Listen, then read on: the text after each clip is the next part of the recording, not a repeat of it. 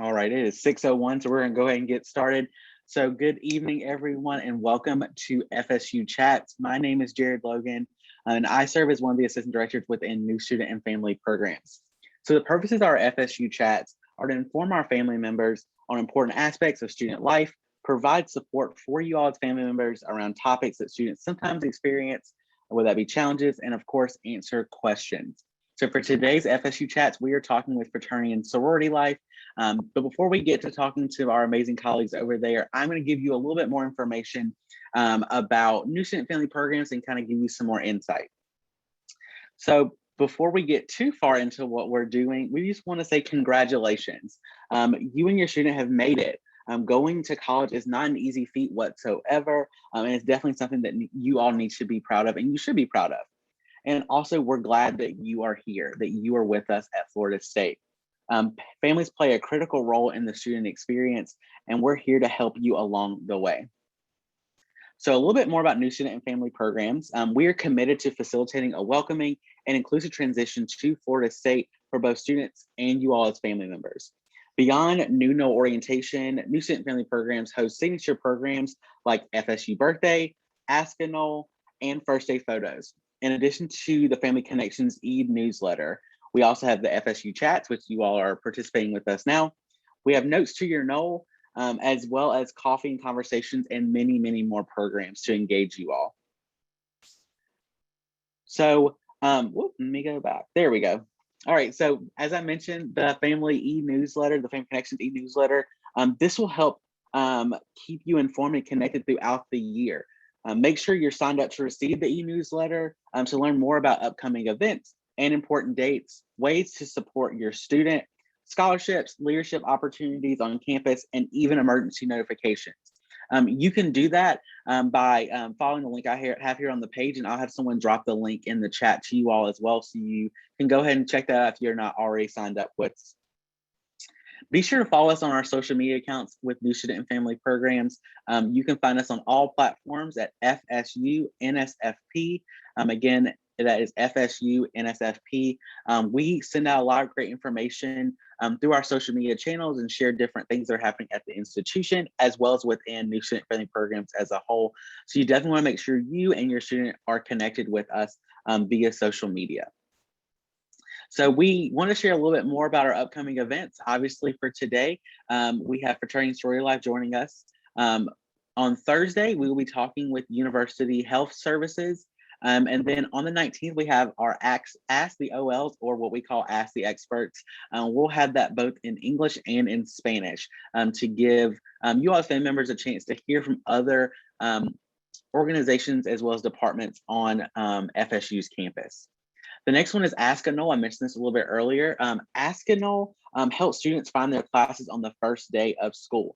We ask that students stop by one of our 11 Ask a Knoll locations across campus to get directions to their next class, ask general questions about Florida State, and just to meet new people in general, and to just meet other departments here on campus. We do have what we call adopt a stop. So some of our campus partners do select and adopt little stops around campus to help direct students to where they need to go. And those take place on the first 2 days of classes, so the Monday and Tuesday of the first week of classes. That is August 23rd and August 24th. That takes place from 7:30 till about 2 p.m. And again, giving those directions to students, make sure they're getting to their first day of classes on time. Along with that, during the same time, we also do first day photos. So we know our family members, as well as our students, enjoy having that milestone of making sure you've made it to your first day. The really nice photos that students take, we do have that opportunity that New Student Family Programs does. We do that on the same day as Ask a Knoll. So we invite your students to stop by the New Student and Family Programs, the Knoll stop, to do their first day photos with us. And that'll be from 9 to 2 p.m. For them to take, that iconic first day photo. We ask that students make sure they tag FSU NSFP, that is our social media accounts, with their picture, and they could have a chance to win a free t-shirt. So we do want to make sure your students are doing that to make sure they're entered into that opportunity. We definitely also want to mention our Welcome FSU programming. These events take place August 16th, so actually starting next Monday through August 27th. It's Welcome FSU is a series of events and programs that serve as the official welcome for all Florida State students. There's a lot in store, a lot of events, a lot of different offices and departments that participate with Welcome FSU during the first 2 weeks of your students' time here. With that being said, I'm going to go ahead and pass it over to my colleagues over in Fraternity and Sorority Life to share a little bit more about what they're doing and answer some of your questions at the end. Thanks for that, Jared. I appreciate the introduction. If y'all don't mind just bearing with me, I'll go ahead and share my screen to our presentation. Perfect. Is everyone seeing that okay? Awesome. So good evening, good afternoon, maybe even good morning, depending on where you're coming from across the world. But my name is Mike Sampson. My pronouns are he, him, and I serve as the Assistant Director of Fraternity and Sorority Life. I'll pass it over to Maddie. Hi, everyone. My name is Maddie Thompson, she, her pronouns, and I serve as a program coordinator within our Department of Fraternity and Sorority Life. So we are really excited to talk with y'all this evening. I know from a panelist perspective, we have, I think, just over 40 different folks, attendees in the chat and in the viewing audience right now. So we're excited to share a little bit about what Fraternity and Sorority Life has to offer here at Florida State and how your student can get involved with that experience. We are acknowledging and recognizing that it is 13 days away from the first day of classes, if I did my math correctly. And so we are eagerly anticipating, I'm excited for your student to be able to join us this fall. And so go ahead and we can get started.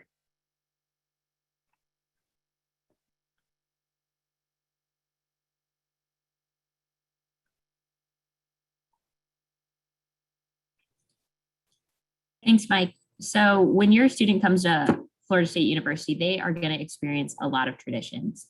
With an institution as old as ours, they are guaranteed to be contributing to that. And those are going to be really important memories for them throughout their lifetime. So if that's going to Doak Campbell for a game day or being thrown into the Westcott Fountain on a birthday, these are definitely going to become really important and pivotal moments throughout their lifetime. But we believe that Fraternity and Sorority Life is a part of that tradition. Some of our chapters have been here for over 100 years old and have contributed greatly to the experience of this university.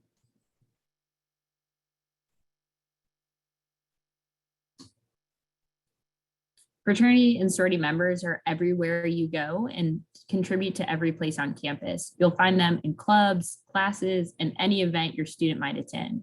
We take great pride in our students being leaders and heavily involved even outside of their chapters. So Fraternity and Sorority Life is just a jumping off point for many of the students throughout our campus community. We are going to talk today a little bit more about what opportunities your student will have if they should choose to become a member of a fraternity or sorority here at Florida State.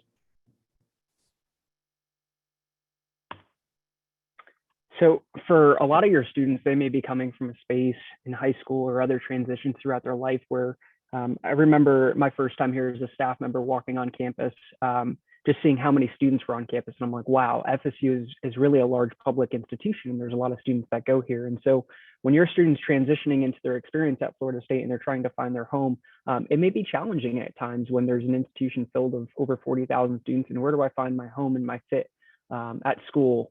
And so I think for Fraternity and Sorority Life, it's a way for them to make connections, to find friends, whether that's in their chapter, at the council level, or even in the larger Fraternity and Sorority Life community. I think through the connections that they build here, they develop that sense of belonging, that smaller, tight-knit feel, and making this campus that's so large seems so much smaller when they have those connections. And so whether that's like, hey, we're going to go to the home game together on a Saturday for a home football game, or you just had a really hard time through a class after you just had a really tough midterm exam, who's that person that's going to check in on you back at your chapter facility or back in a meeting in your club or organization, right? And so for some of our organizations, it's a home away from home, and it's a way to also celebrate your culture and your identities and what you believe in. And so our organizations definitely reaffirm that space. Thinking about service, which is one of our 4 pillars as part of Fraternity and Sorority Life, a lot of the chapters on our campus have either a national or an international nonprofit organization that they support. And so whether it's volunteering at a local homeless shelter or raising funds for certain proceeds, such as the Jimmy Fee Foundation or the Domestic Violence Prevention, there's many different organizations that these fraternities and sororities will give their time, energy, and resource back to. And so our chapters are really proud and try to get out there into the local Leon County community, engage with the local Tallahassee community through various service projects throughout the year. We expect that our members spend an average of 10 service hours per member throughout the semester to contribute their time and effort and giving back to the local community in Tallahassee. Opportunity to lead. So when you join a member or when you join a fraternity or sorority, we're expecting that you want to get involved, and these organizations need some people to do that. So there are many different ways to get involved and actually lead within your own organization and across our community. So many of our organizations have ways to take on a leadership position right when you join. They have open positions, or maybe there's something specific to new members that they can get involved with. But that's just on the chapter level. And then all of our councils, which we'll get into the 4 councils we have here on campus, there is also council leadership. So maybe outside of their own chapter, they're going to lead the entire governing body for their organization. So many different things to get involved with there. Our office, the Department of Fraternity and Sorority Life, also offers many leadership development opportunities. So maybe it's not in official capacity that somebody's going to serve in a position title, but they want to be able to develop their own skills, personal development, professional development, things that will help them be successful, both inside the classroom and out past graduation. Some of those things are specific for new members. We have core, neo-core, and new member academy, which students can get involved with the semester that they join one of our organizations, to even attending national leadership conferences for fraternities and sororities across the country.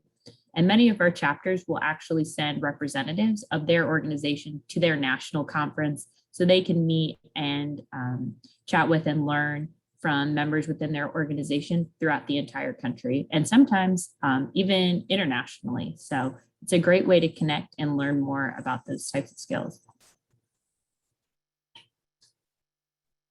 We believe that joining a fraternity or sorority shouldn't just be fun and games. Obviously, Mike just kind of hit on the service aspect, but we also want you to be successful when it comes to academics.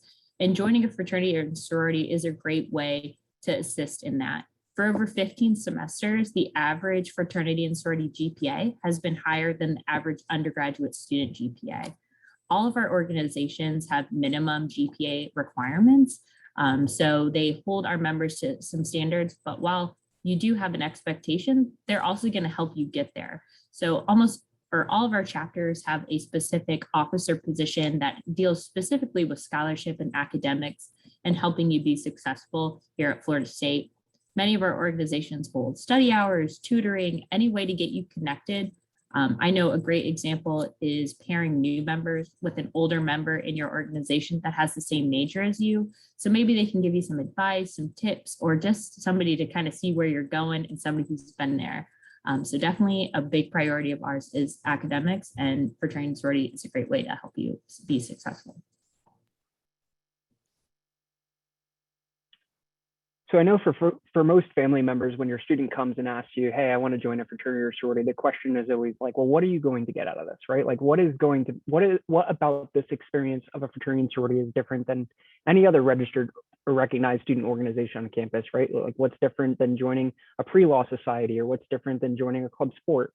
What we like to share here are 2 unique things: is alumni networking and volunteer opportunities. And so as you move on in your career and your student kind of makes its way through their undergraduate days, the opportunities to get involved and to advance in their career post-graduation are so much larger when you join a fraternity and sorority. So by joining a membership, you get access and have the ability to connect with thousands and sometimes hundreds of thousands of members that are still alive, that care about your experience, that want to help you get connected in your career. And so you get access to all the alumni that have graduated from Florida State, and then those in the region, and those are just members of your organization generally, that when they're looking at a resume come across their desk and they see your organization, your student's organization name listed, in their experience as an undergraduate student, they're realizing that that student has the critical soft skills that they're getting from joining a fraternity and sorority. I was a chapter president once. I'd like to share that leading a chapter as an organization was like running a small business. It takes a lot of skill and ability and talent to be able to do those things and manage those with sometimes full-time load of classes, et cetera, with other life circumstances. And so these alumni that see these things come across their desk are more than willing to be able to understand and recognize that the experience that they have as a college student is different than sometimes other undergraduate students, and that sometimes they're prepared better for the careers that they're in the fields that they're going into. And so besides that, as a postgraduate, you're able to get involved with the organization. And so, for example, if you're like a risk management professional and work in insurance work, maybe there's a bunch of undergraduate students in your chapter that care about that experience. And so sometimes there's mentorship opportunities. Sometimes you could sit on an alumni board to be able to help the undergraduates to survive and thrive. And so really, we want to share and offer the experience that your time at Florida State is not just limited to your 4 or 5 or whatever years in college that you're a part of the chapter, but really extend beyond your undergraduate experience at Florida State. And we believe that fraternity and sorority at Florida State will help you dig in to uncover that full potential. So we would be remiss if we didn't come up here and kind of talk about the elephant in the room. And I think the first thing that comes to mind when family members or even just students just think about, hey, you know, I've heard in the media about what fraternities and sororities have to offer and maybe the stereotypes, the rituals that are part of those experiences from popular subcultures. I know Animal House is just an example of those things. At the institution back in November of 2017, we did have a new member that passed away from an alcohol-related, hazing-related death. And since then, the institution has done a lot to really look inwardly about how do we really shape and reframe what the culture and experience of fraternity and sorority life has to look like at Florida State University. It has been 3 years pretty much since that experience, and we've made a lot of progress and a lot of changes in different areas. And other areas we really need to just like keep going and keep improving on. So one of the things that I wanted to kind of share to you is, obviously I'm not going to read verbatim the hazing policy here, but I'm going to point out the resources, report.fsu.edu.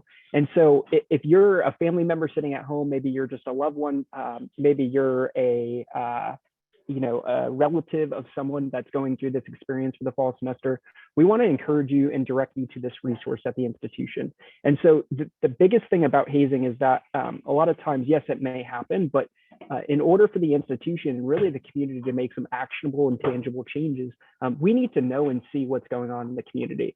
Me as a professional that works full-time in this work and that cares deeply about this experience, I'm not out there all the time, right? Like I'm not at home with the students. I don't live in the chapter facility.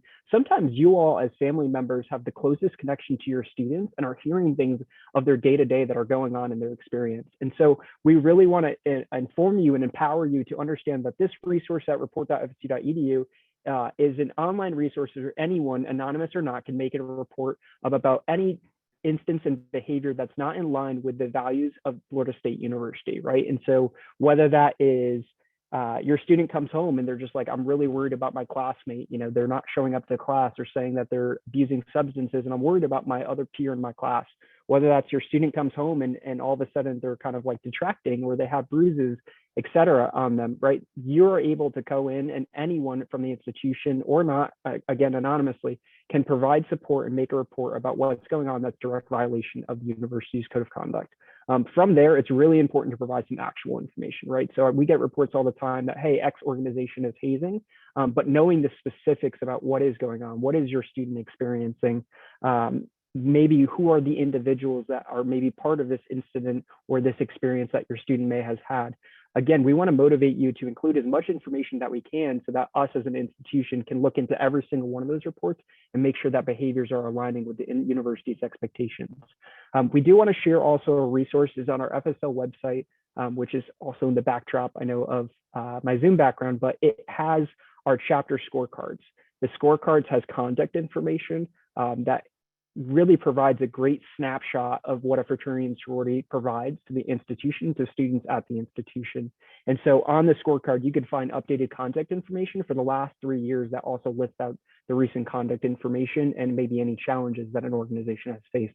So I wanted to provide that as a resource for you as well. Thanks, Mike.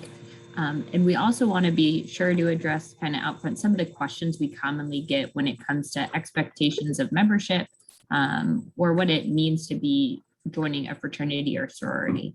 So the first one is money.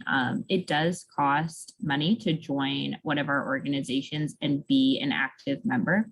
Costs range our costs range very widely depending on the specific chapter or council that your student wants to join. The best place to look at that is our FSL website. We do have some different ranges and our council specific websites, which we will show when we get to that portion of our presentation. But it's just something that's really important to consider when your student is thinking about joining a fraternity or sorority. What does that look like for them?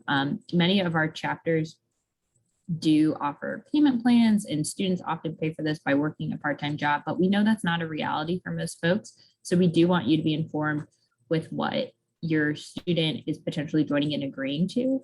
But the best source of information of this is the individual chapter. So if your student is really interested in joining a fraternity, have them reach out. These aren't secret numbers. This chapter is willing to share with those, and it is important for them to know that you are going to be able to make this commitment before you join.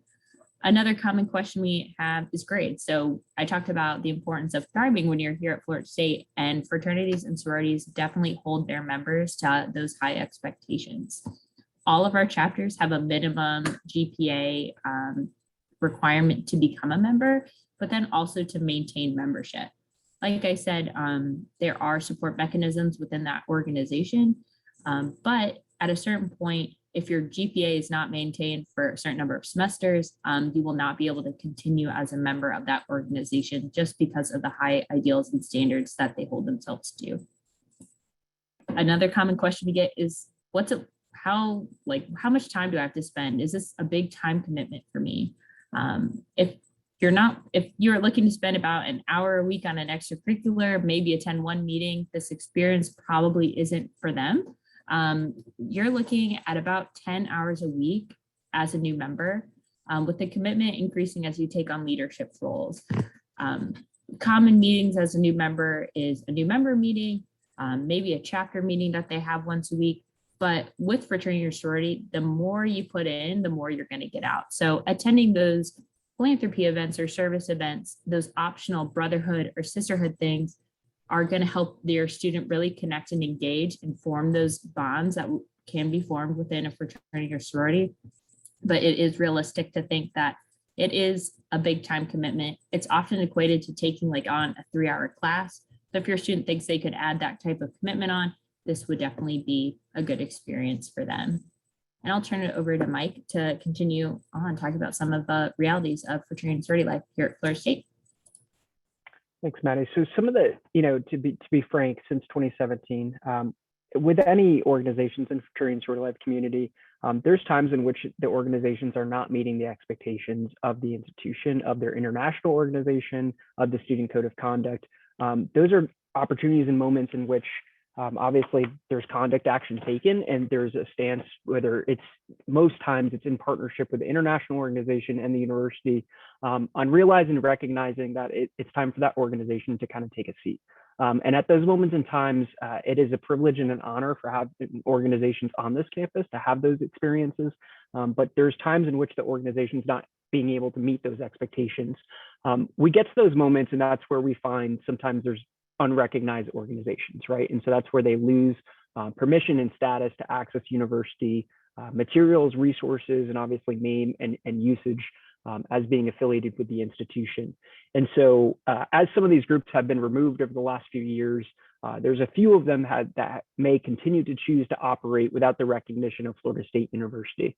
There's a reason why we want to share this with you, is to ensure that your students making a really informed decision on what organization they're choosing, to really do some of the research on our scorecards that we mentioned before about which ones are in good standing and which ones are not in good standing, and what are the reasons that they're not in good standing, and making sure that we can decipher through that and understand which organizations maybe my students should be joining. Reviewing that information with them would be really, really helpful. But some of the organizations, as they've lost recognition status, have continued to operate. And the reasons why we want to share this is that we want your students to make sure that they're not being quote unquote duped, and they're learning about the organizations that are in good standing, and want them to have that experience. So these organizations that have been removed are not allowed to reserve space on campus. They can't participate in some of the campus traditions like dance marathon and relay for life, participate in intramural sports programs.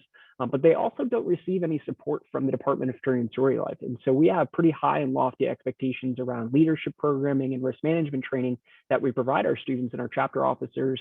And so all of those things, the leadership opportunities, the conferences that we mentioned before, these students that are part of these organizations are not offered those things as unrecognized groups.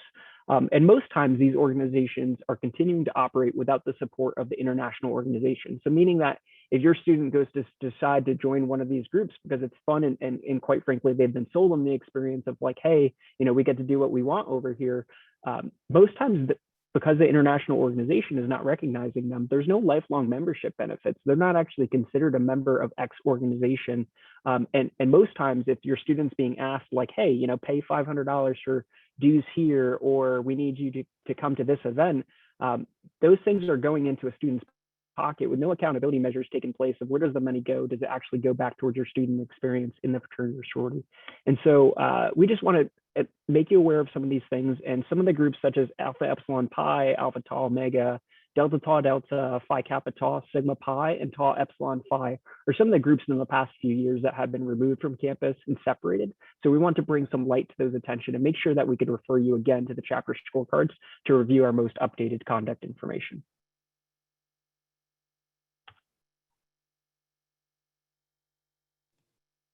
Now to the stuff I feel like everyone's been waiting for. So what are our organizations and how do you join? So we have 4 councils that make up our fraternity and sorority community. Council, if you're not familiar, are our governing bodies for each of our fraternities and sororities. So we have 4 unique councils that have different histories and joining processes that will kind of take you through. The first is the Interfraternity Council. These are our 14 men's organizations that are affiliated with the North American Interfraternity Conference, which is a larger national umbrella organization for those groups. IFC was chartered here in 1949, but the best place to learn more about our IFC orgs is actually on the IFC website, which is www.fsuifc.com. Our IFC organizations are dedicated to academics and social development, and that's how they kind of uphold those standards for the 14 men's organizations here. And one thing I'll point out before we move on to our next council is that there's 13 active groups right now. Sigma Chi is our 14th, and Sigma Chi was once at Florida State and is reestablishing and expanding on Florida State's campus for the fall semester. So did wanted to note that there's a new organization returning back, which is sometimes a different experience than a student just joining a fraternity that's been established and has a group of students already established on the campus. This experience would be a refounding father, which is sometimes different of being able to create what that experience looks like. That's different, again, from established organizations here at Florida State. Our next council is the Multicultural Greek Council. So that's made up of and composed of fraternities and sororities at Florida State. Most of them, again, the council was established in 2000, but most of the international organizations were founded actually in the 80s, and so don't have tons of tradition and history. But what I wanted to share about MGC organizations is that they're culturally based and not culturally exclusive. And so there's many, many different identity-based organizations, depending on the different identities that your student may hold, that are mutually beneficial for them. And so we have a lot of Latinx fraternities and sororities in that group. We have a lot of Asian Islander Pacific interest organizations that are part of that council. And so again, if your student identifies that way or finds that attractive to what they experience that they're looking for, we wanted to share that, again, there's differences between each council and to just be aware of that. They have a website, fsumgc.org. And so if you had more questions or wanted to learn more about the organizations, you can find so there. Our next council is the National Panhellenic Council, the NPHC. This is also known as the Divine Nine organizations. At Florida State, we have 7 fraternities and sororities that are part of the NPHC out of the 9 historically African-American organizations that are part of the National Panhellenic Council. Again, they were founded at a time on campus where those students with those backgrounds were not many accepted into the organizations in IFC and Panhellenic that were presented on campus. And so really help define what that experience looks like for those types of students from different backgrounds on our campus to be able to find a space for them to find their voice and be able to have a seat at a different table. And so for more information, you can find so on our council specific website on our FSL website, which is fsl.fsu.edu. And our last council is our Panhellenic Association. Our Panhellenic Association is comprised of our 17 women's organizations here at Florida State that are all under the umbrella organization of the National Panhellenic Conference.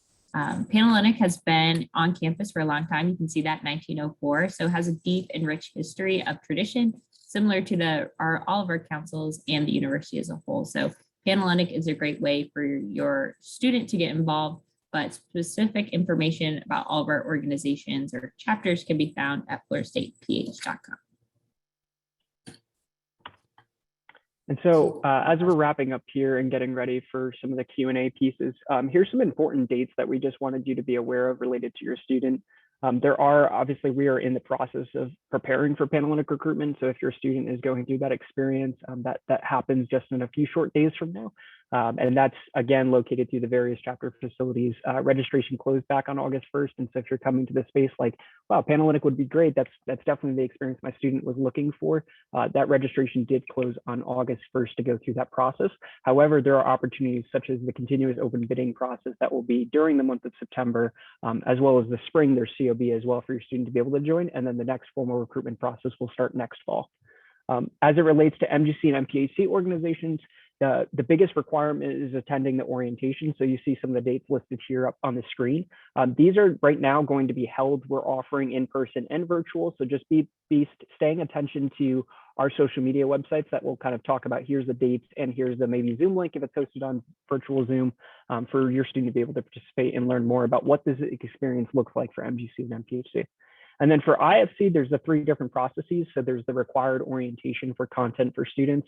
That's being planned right now in the Civic Center. That may go to virtual. So definitely stay abreast with the social media account for IFC, which is FSU IFC. That's on most social media platforms.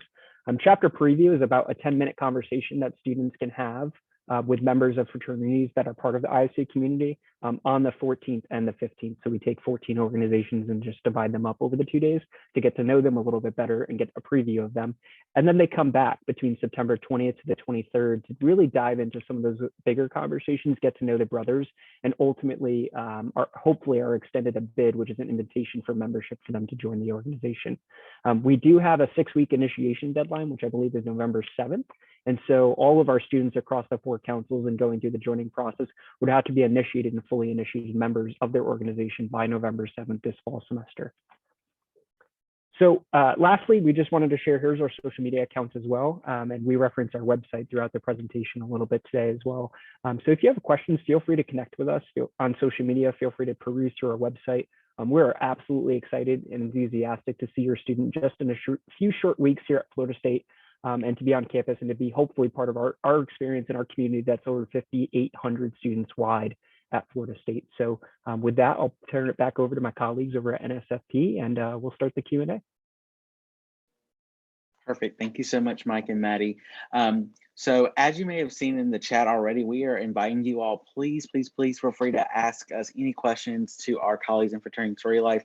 Feel free to use the Q&A option down there. But while you all are kind of dropping your questions in, I want to introduce you to someone else. I want to give them an opportunity to introduce themselves as well.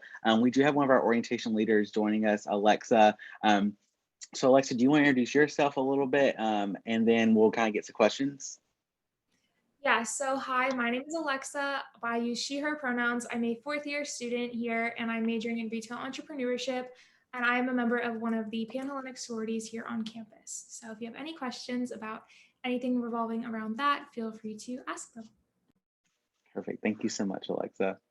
All right, so we do already have some questions coming in. The first question I'm seeing here is there a spring rush or spring recruitment for fraternities? Yeah, I think I can take that, Maddie. That's a great question. And I failed to mention that. So thanks for bringing it to my attention.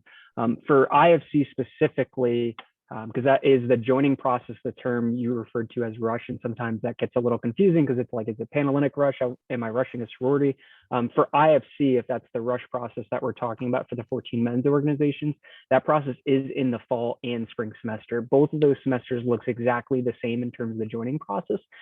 There is typically around somewhere between 900 to 1,000 students that go through that process in the fall versus around 400 to 600 that go through in the spring. So it's a little bit less.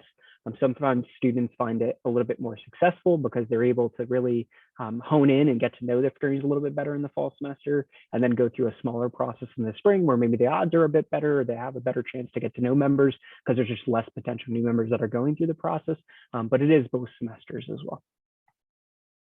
Perfect. Thank you so much, Mike.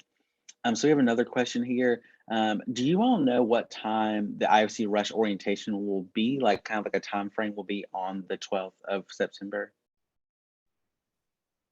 Take that one too. Lots of IFC questions, but we appreciate it. The orientation right now typically is held in the afternoon.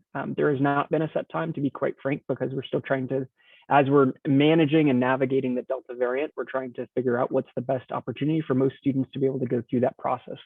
Typically it's in the afternoon, but I do share and see that if your student does have a conflict, they're able to reach out to the Rush mentor, which they will have access to that individual who's an affiliated member of the community that helps guide them through the process, similar to become an orientation leader at the institution for incoming students to really get to know them, but they'll be able to work through accommodations with them. And so if your student has something that's academic related, we're absolutely willing and able to work through those conflicts to be able to make up that content at a different period in time.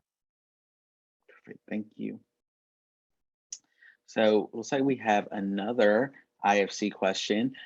So it says, previously looking at the IFC Rush information online, there was an online program that needed to be completed. Has this been updated with the new potential new member orientation at the Civic Center? There will be a separate orientation module that the student should be able to have access to, hopefully soon. We are trying to get that out. I know registration did talk about, I believe, July, and we're sitting at August 10th. So they should have access to that soon to be able to complete, but that will be separate and apart from the in-person orientation that will be covered either at the Civic Center or virtually through the Rush mentor. So those are two different orientation requirements. The modules cover different things than what the Rush mentor would cover in person with them. And so they'll have to complete both at some point in time, as well as the hazing prevention module, which is fsu.prevent.zone for the student to be able to complete the modules there. Perfect, thank you. So just kind of an overview question. What will recruitment look like for our Panhellenic women this fall? Thanks, Jared. I can take that one. So our Panhellenic joining process will take place, like Mike had said, starting August 14th. It actually consists of 4 rounds of recruitment. So throughout the process, your student will start by meeting all 17 of our Panhellenic chapters and narrowing their choices down through a mutual selection process until bid day. I know a question specifically was asking about our how Zoom will work. So our first 2 rounds of recruitment will be hosted on Zoom. The way that will work is very similar to in-person, just over a computer.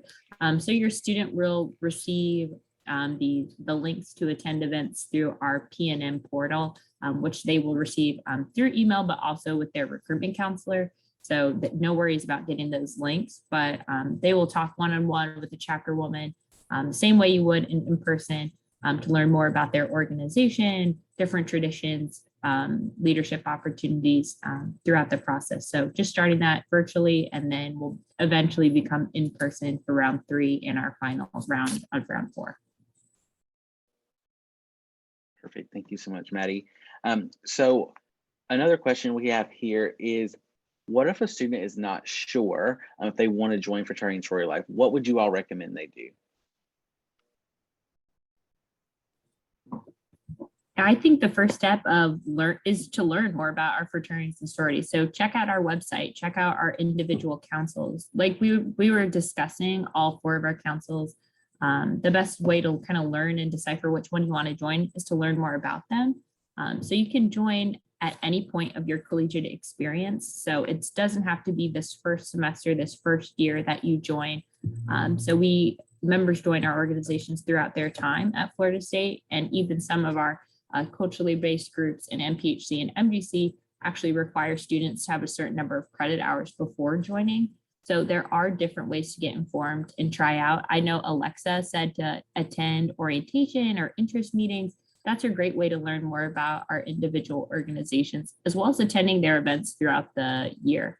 So get connected with those chapter members, see what you like, and then decide. And sometimes I would share, like, look at the international or national membership organizations website, like similar to our scorecards or our social media platforms. learning about the values of the organization and the membership benefits that the organization offers by looking through that website can then help sometimes the student identify, like, I'm really looking for this type of experience, or, hey, the core values that were instilled in me as a member of society growing up, these organizations really kind of fall in line with what I'm looking for in an organization. And that research sometimes is best done on the membership organization's website. Alexa, I know you said you waited until your second year. What made you decide to join a sorority? Yeah, so my first year I did formal recruitment, but it was a little bit overwhelming for me just because I came from such a small town and then being thrown into an environment with so many people. I wanted to kind of get used to the university and school and managing my classes before I joined something with such a high commitment level. And throughout my first year, I just kind of started making more friends who were members of the Panhellenic community. And I knew that was something that I also wanted to be a part of. So I chose to do the continuous open bidding process my second year in the fall, just because I didn't want to do formal recruitment again, because it's a very large time commitment the first week before school. And I felt that that was a little bit easier for me. And I kind of got to go to the houses that I was the most interested in and meet the chapter women that I thought I was most similar to.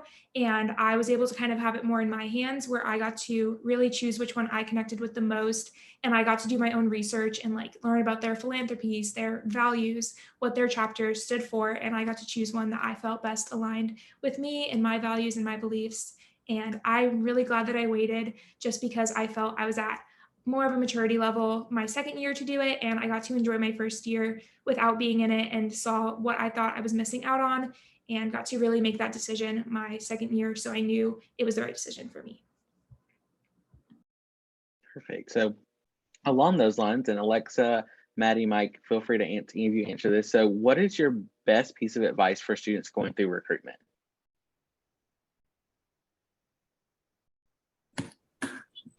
Oh, Lexi. Okay, I'll go first. So with any of our joining processes, I feel like the advice a lot of folks give is to keep an open mind. So your student, or as a family member or a supporter, you might have had a fraternity or sorority experience and want your student to have something similar, but allowing them to have their own unique experience.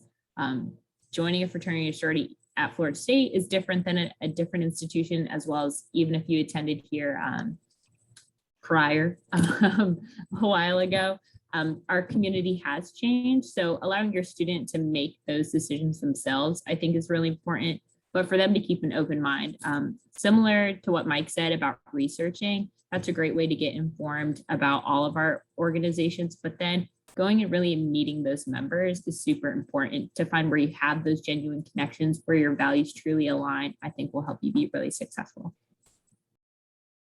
I completely agree with everything that Maddie said. And I think my biggest piece of advice would also be stay true to yourself. And when you are at those chapter houses, look around you and kind of look at the women you're talking to and be like, do I see these people as my sister, or do I see these people as my brother? Because it is a lifelong thing. It's not just for the 4 years or so that you are at college, it's forever. And I know when I walked into my chapter house, I sat down for a meal, and the girl that I talked to, I was like, oh my God, you're just my best friend from home. And I looked around and I was like, I feel so comfortable here. I can come here at my worst, and I know that I will always have people to support me, and I can support them when I'm at my best and they're at their worst. And just finding that support system is so important, because college is a huge transition, and having people around you that can support you through that is so amazing and so helpful.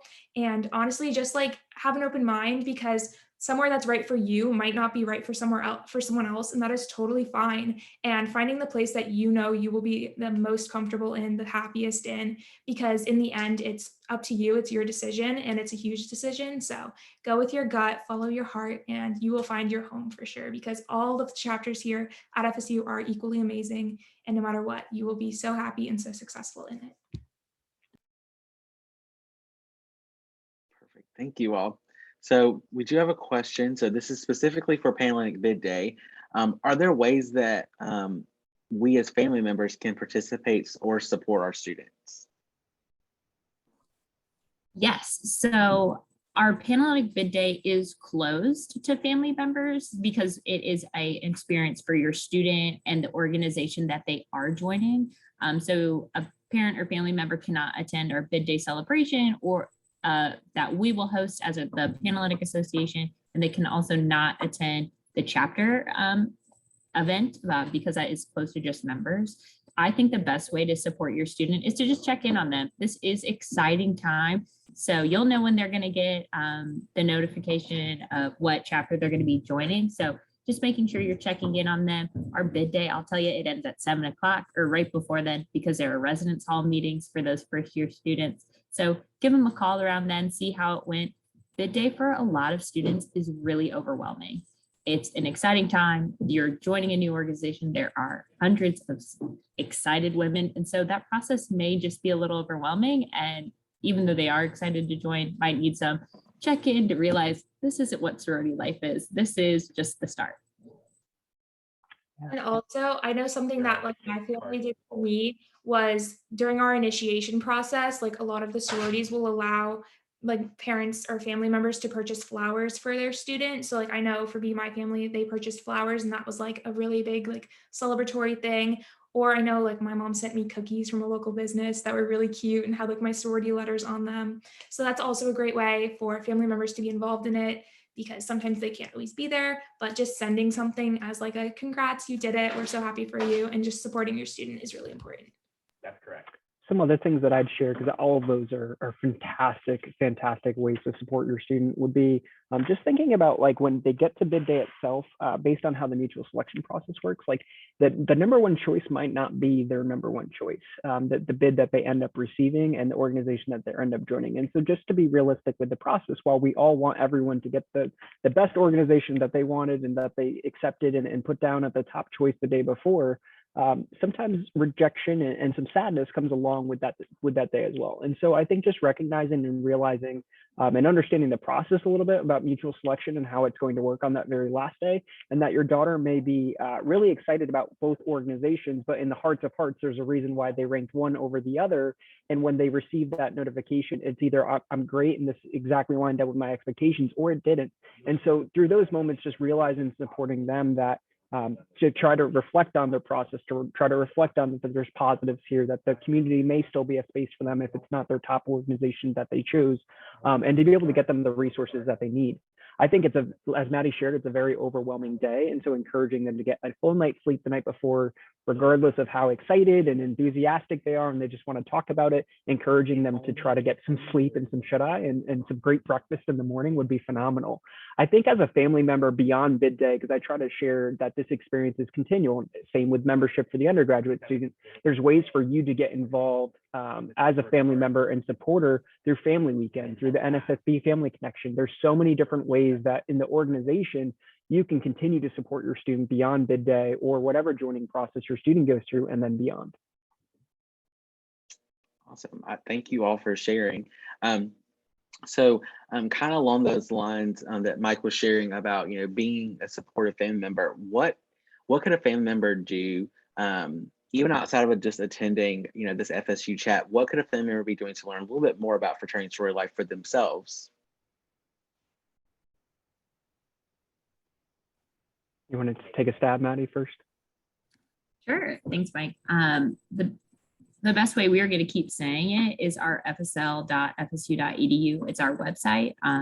That is the best way to learn about our community holistically, as well as what you can expect your students' experience to be. So the best way, just that website, checking those things out, as well as our chapter scorecards. I can't emphasize enough looking at those things because not only do they talk about the conduct history that Mike mentioned, but they share things like chapter GPA, how many service hours these students on average completed, as well as national and local awards. So if your student really cares and values certain things, you can really see that reflection of the chapter prior to joining, as well as Mike said, those national or international websites can give you a holistic experience of what joining looks like while a collegiate, but also beyond. So what does that lifelong commitment look like? And I think the question was really centered around Panhellenic recruitment, so I just want to make sure I'm speaking to that. But the orientation and the first 2 rounds are going to be virtual. So I think a way that you could help support your student is just encouraging them to like find a space that's quiet, that's really well lit, that they're able to have access to reliable internet and be able to hear the conversations that are going on. I think making sure that they've ate for the day and that they're hydrated and that they're taking their downtime in between parties or rounds to be able to have conversations or do some reflection work on their own. And so I think most times, and Maddie alluded to this before, maybe if you're a family member or supporter that has been affiliated before and has this experience, realizing like it may not be the same at Florida State, your son or daughter might not have that exact same experience that you did. And so encouraging them to take ownership of their own process, reflect on the things that they've learned throughout the day, and really to be able to drive the car themselves, while providing just support and acknowledging and encouraging them, like, you got this, reaffirming how they feel. And sometimes those feelings are really excited and sometimes they're a little hurt, and they just need to be picked up and reminded of that it's a process and you'll get through to the end side, and that there's some really great positive things that will come as a result of this, despite how difficult it may be. Thank you all. So another question is, so what does recruitment look like for MPHC or MGC organizations? Because they've heard it's a little bit different than our IFC and Panhellenic organizations.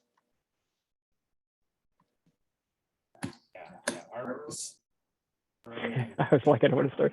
So it's different, and like I think we need to just call a spade. And for most folks, if your student maybe is not a legacy or has had someone in their family that has been a member of these organizations, does not have a connection to a resource or a mentor that has been part of these organizations, it may be difficult at times to navigate and to understand. And so I think some of the process of what I'll share is that at some point in time, they will sign up, right? And so they're going to be able to go through an orientation, which is the MGC and MKC orientation. That's the requirement from the institution, where we're going to share a lot about, as much as we can, about what the process looks like, what the expectations are of these organizations, a little bit about how to support yourself as a student going through this difficult and challenging process, and to demystify and debunk some of the rumors and stereotypes and things that we hear sometimes about those students going through that process.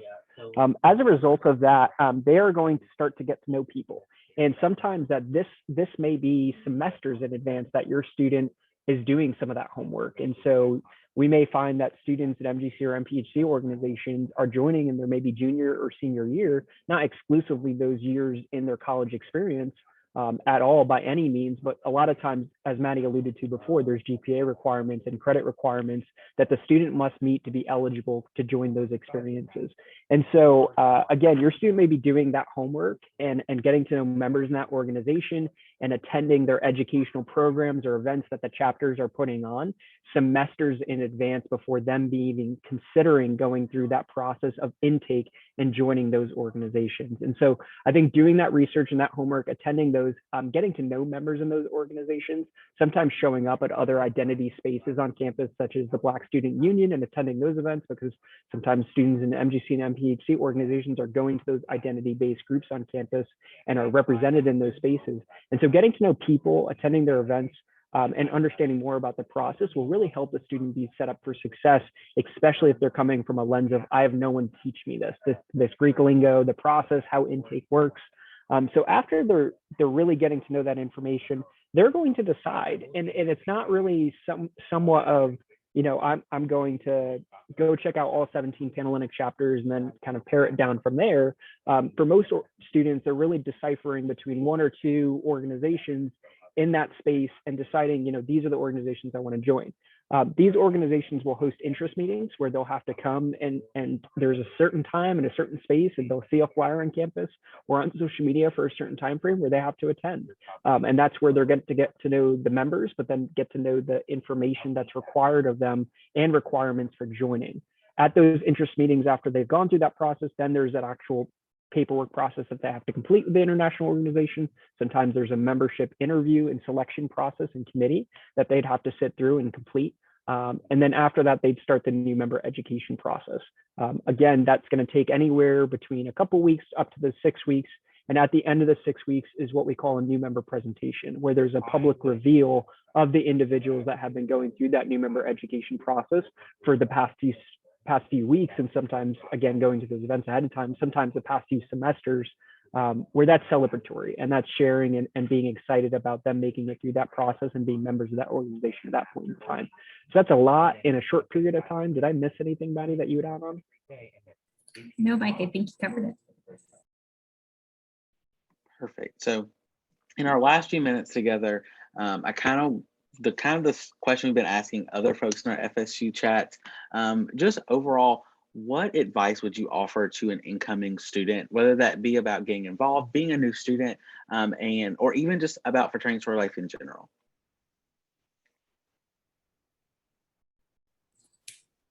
I think my advice, and I always give this to new students, is to ask for the help they need. I think a lot of students coming from high school are used to having things really figured out. Like, you were a senior, you'd been at your school for maybe a couple of years, you knew all the teachers, all the students.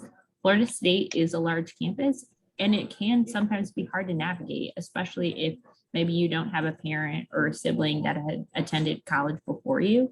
So being sure to reach out to those resources, whether it's an OL like Alexa that you met over the summer, your resident assistant, your academic advisor. It's cool to ask for help because you need the help to be successful, and everyone here at Florida State wants you to. So anyone with a name tag, any other student, be sure to reach out, ask for help so we can get you to where you need to be. There's some great events and resources for incoming students on our campus. And so if they're, whether it's fraternity or sorority or not, or just joining another RSO or getting to know people, Market Wednesday is a space that happens typically every Wednesday during the semester from, I believe, 10 to 2, where you can go out there and get to know students and organizations that are tabling out on Legacy Walk to get to know members of the organizations and what the organizations are about. There's an involvement fair that I believe is on the 24th of August, and so, which is the first Tuesday of classes. And so wanted to share that that's another great way to meet members and individuals and different types of organizations there. And then also there's Knoll Central, and that's a great page where, yes, our fraternities and sororities are listed and talk about the values of the organizations there, but all of the clubs and organizations on our campus where they can get more connected with a space that best fits them. That's a directory and a resource available for students to take advantage of. Perfect. Well, I just want to thank Mike, Maddie, Alexa. Thank you so much for your insight. Allison, thank you so much for dropping links, keeping our families engaged and sharing some great information. We really appreciate you all being with us this evening, asking your questions. We hope that you all got some really great information from our partners from Fraternity and Sorority Life. Again, please feel free to reach out to them. They've offered up multiple ways you can reach out to them. Make sure you're checking out the fsl.fsu.edu website to learn a little bit more about the office, the different organizations we have here at Florida State as well.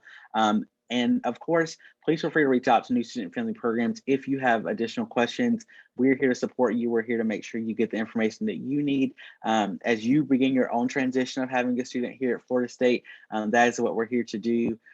So with that being said, we're right at time, which I love when that happens. Again, thank you all for joining us. We hope you have a good rest of your evening. Bye, everyone.